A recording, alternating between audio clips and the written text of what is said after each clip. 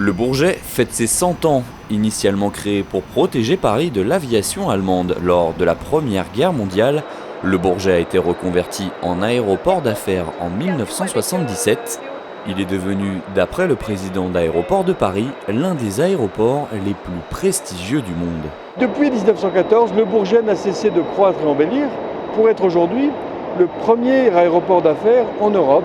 55 000 mouvements par an, ouvert 7 jours sur 7, avec 7 des 8 grands installateurs, des 8 grandes entreprises d'avions d'affaires au monde qui ont un centre de maintenance sur l'aéroport du Bourget. C'est d'ailleurs au Bourget que Charles Lindbergh avait choisi d'atterrir pour sa fameuse première traversée de l'Atlantique sans escale en 1927. Il était donc tout naturel, pour cet anniversaire, d'accueillir la réplique de son mythique Spirit of St. Louis. Nous avons voulu montrer tout ce que la France a apporté à l'aviation et tout ce que l'aviation a apporté à la France.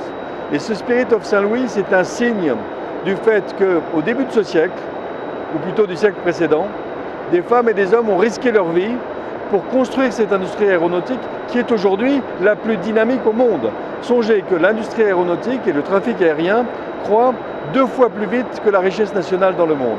Donc c'est un hommage à ceux qui ont risqué leur vie pour construire la prospérité de demain.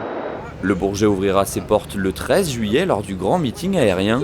Le public pourra notamment admirer une 60aine d'avions retraçant un siècle d'aviation et assister à des démonstrations de voltige de la patrouille de France.